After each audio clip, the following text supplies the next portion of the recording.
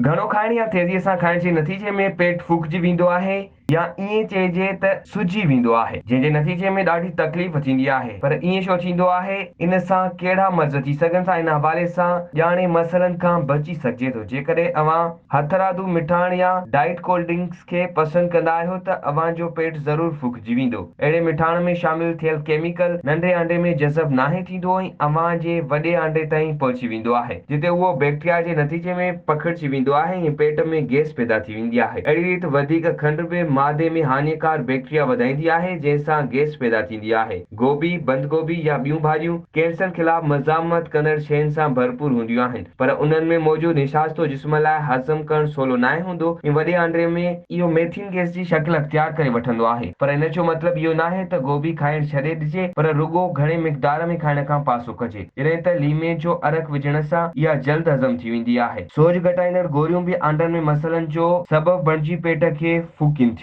जेकॾहिं ईअं थिए थो त पंहिंजे डॉक्टर सां राब्तो करे मुतबादिल दवाऊं वठण लाइ मशवरो करियो। अक्सर वर्ज़िश बैदि माण्हू स्पोर्ट्स या एनर्जी ड्रिंक्स इस्तेमालु कंदा आहिनि, जंहिंसां पेट फूकिजी वेंदो आहे। ईअं उन करे थींदो आहे छो त उन में खंडु ऐं मिठाण हूंदो आहे। उन खां बचण लाइ उन्हनि शरबतनि जो इस्तेमालु न करियो, पर केला खाओ या पाणी पीअण खे तरजीह ॾियो।